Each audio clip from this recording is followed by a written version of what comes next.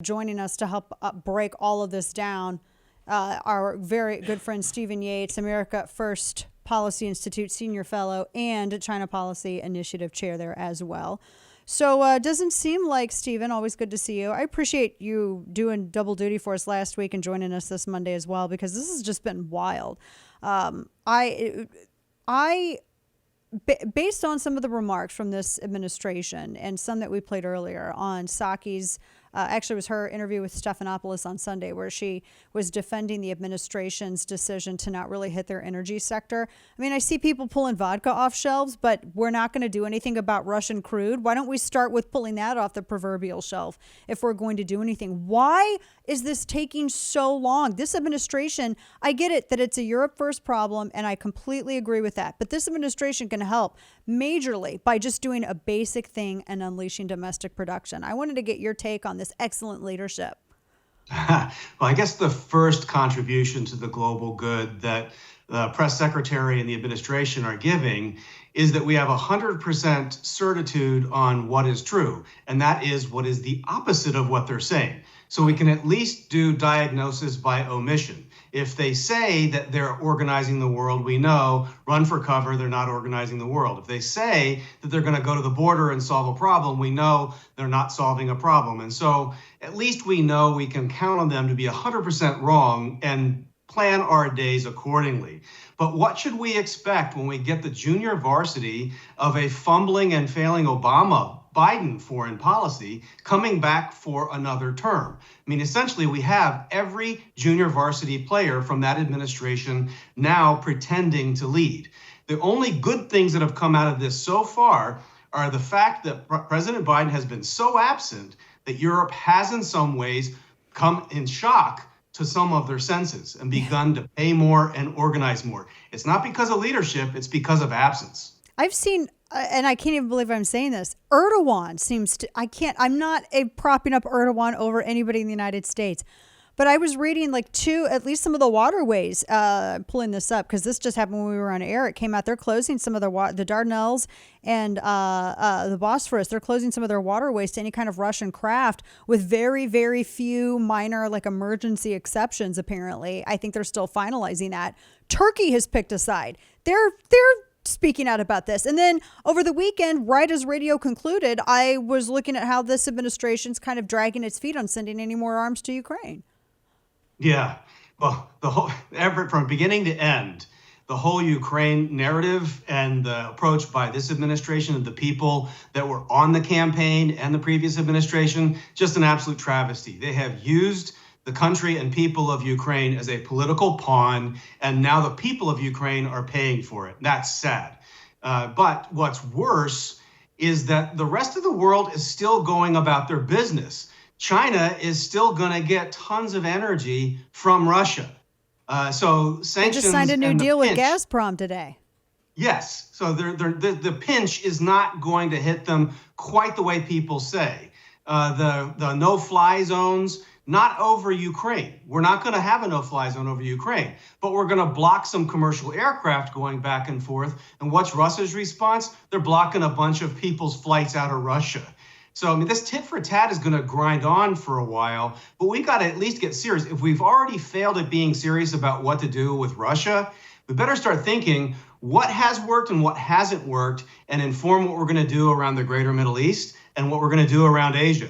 Because this, so far, is a travesty of errors and comedic errors at that. Even Germany, talking with Stephen Yates at YatesComs on Twitter, even Germany's rethinking their saying today that they realize that they kind of got to step up and kind of step away from Russian energy, which is huge for them to get, for that point. I mean, you have Switzerland getting involved in sanctions, which I don't know that that's ever happened. Germany is sending arms now after they promised some helmets. Now that they're sending some lethal defense weaponry, as they called it, to Ukraine, which I think is the first time since World War II they've done anything like that.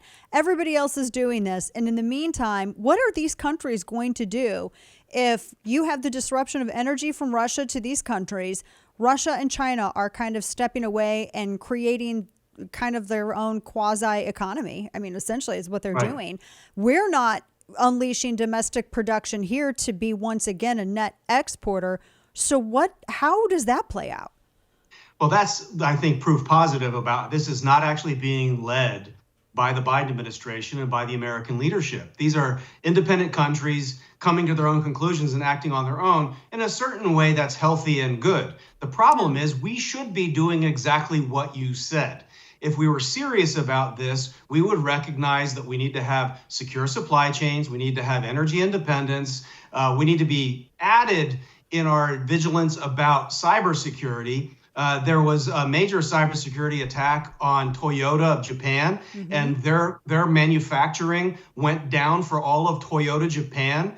Maybe the world ought to wise up and realize there's some bad stuff that's been unleashed in the world, and we better get serious about defending against it now. And we need leaders to tell our citizens to the truth, to be prepared for this. But this genie is not in a bottle with Russia and Ukraine, and the spillover effects are just beginning.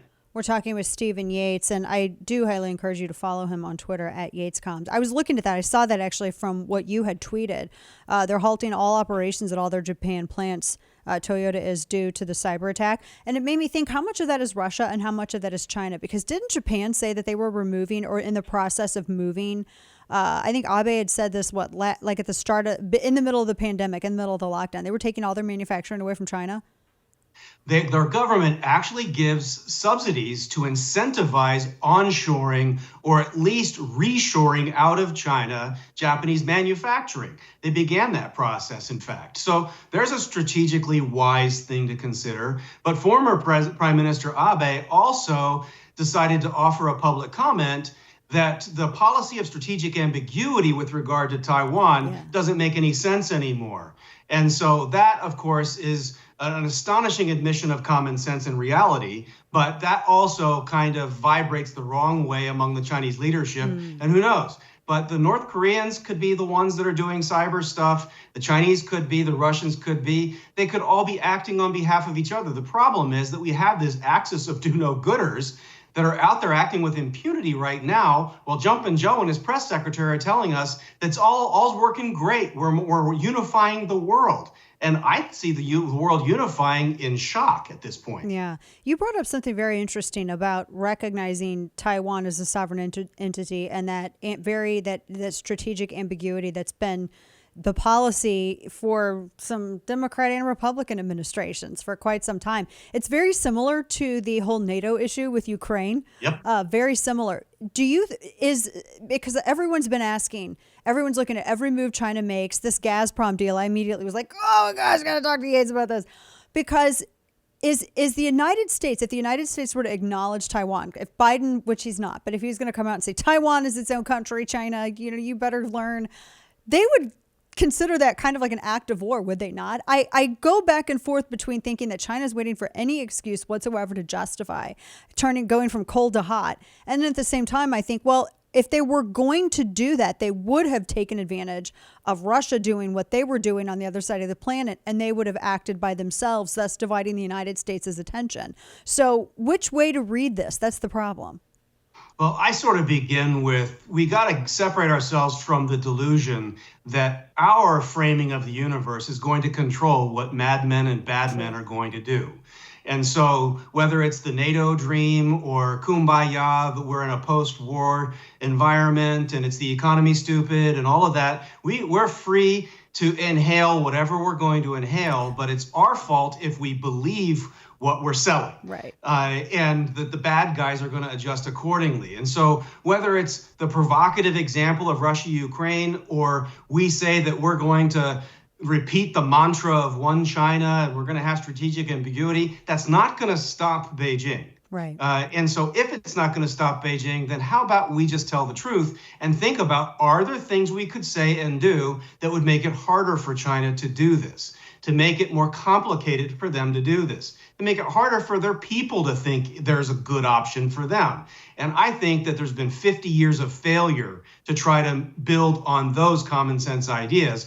But there's no better time than now, because the failure of deterrence in Europe is toxic and can spread. And so we're going to have to come up with a new theory of how to put this genie back in the bottle for both Iran and China. One last question for you, and we talked a little bit about this last week.